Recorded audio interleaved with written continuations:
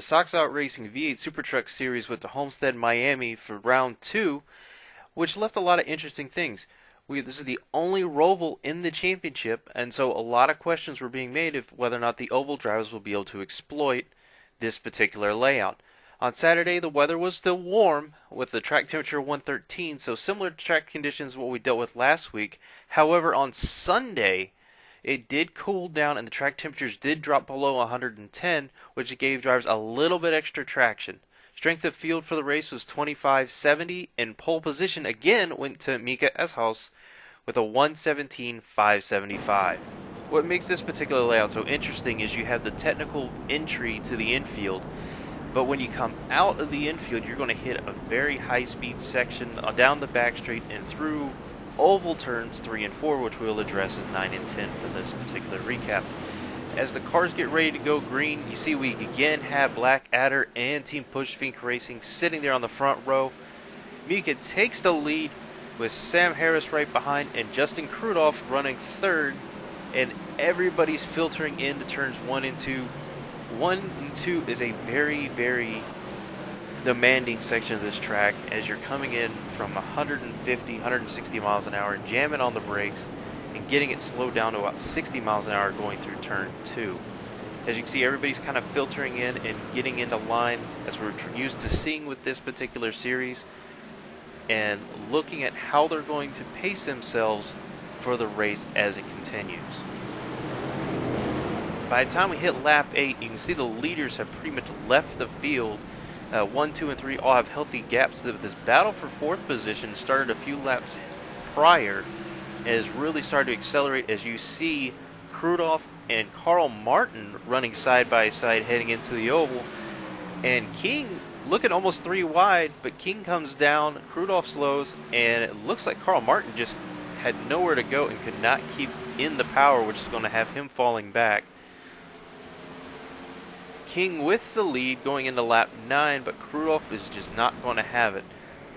As we go back to turn 8, King runs wide, Krudoff goes underneath and is able to get on the power just a little bit better, but Karl Martin gets on the power the best, gets on the inside of Krudoff, and again they rush 2 wide into the banking.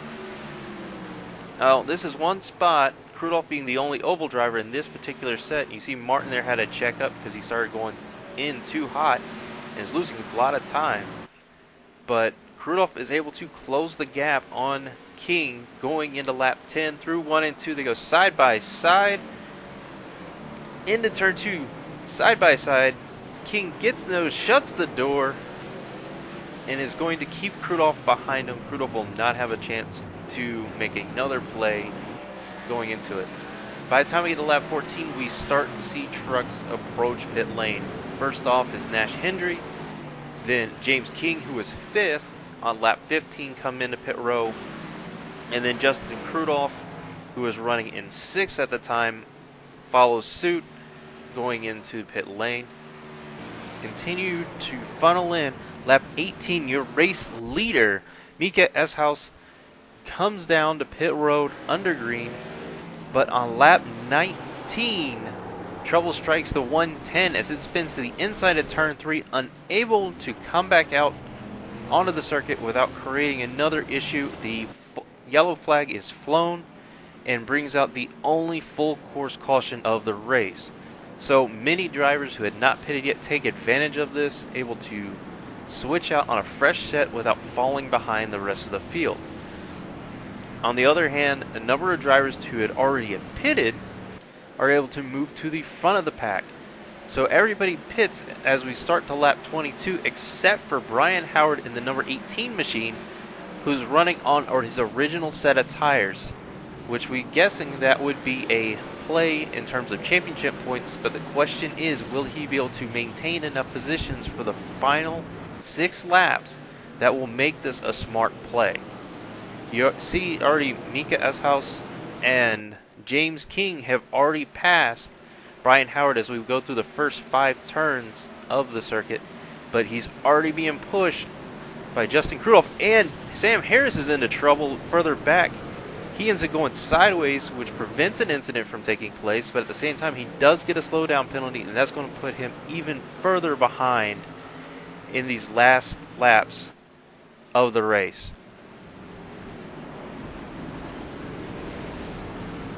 Caleb Patrie is also breathing down the neck of Brian Howard as he comes on the inside. And further back in the field, you can see we've got 2 by 2. Sam Harris is looking. The 110 machine, which is 2 laps down, pulls off to the right and lets the lead traffic by as much as possible, as everybody is looking to push hard on these final laps. Now, one thing we have seen throughout the course of the race, as we've seen here for the battle for 8th between Sam Harris and Clifton Cockrell, is your oval drivers seem to like the higher line coming through turns 9 and 10. It looks like Andrew Mendez is off there, but he's able to rejoin and get it back up to speed as he will fight further back in the field. So just after one green flag lap, we have watched Brian Howard fall from 1st to 6th. So this is a very fast descent rate in position, as Daniel Thompson passes along the inside and Sam Harris in the 88 car follows suit and gets on the inside as we get to lap 24. Going on this lap 25 though, Brian Howard is now fallen down to 9th as we see Bart Workman get on the inside, and it looks like Ernie Ludwig and Josh Mertz chasing down behind. By the time we get to lap 26 though, Sam Harris runs again into trouble in turn 6, catches the nose of Daniel Thompson, and Krudolf is just running away with it.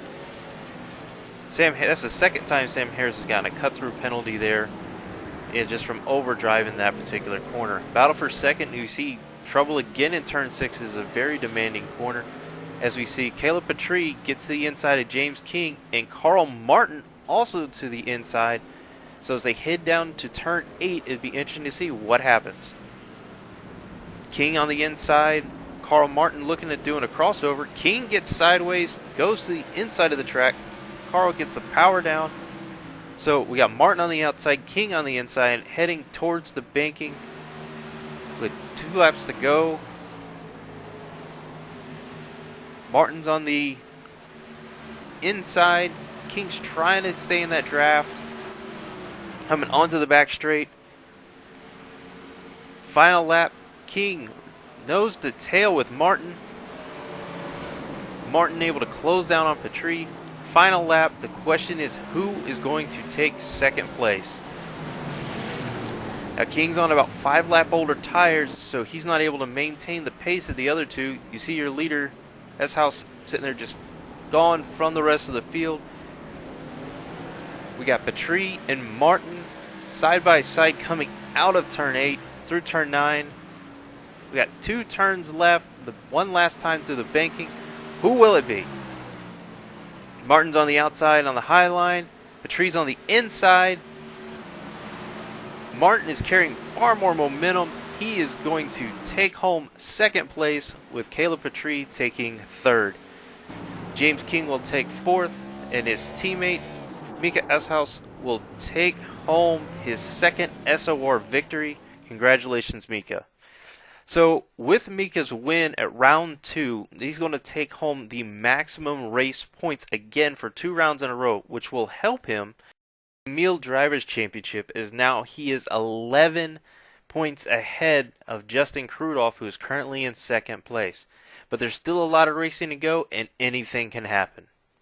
As we look at the Road versus Oval Championship, Road was able to bring in another 38 points at round 2, in contrast to Oval, who was only able to manage 33. This gives Road a total of 76 points and Oval a total of 68 points as we look towards round 3. This weekend, if you don't want to miss a moment of the race, check out one of the live onboard streams. So we've included a link in the description below that will direct you to each one of those. So until next time, keep it between the lines.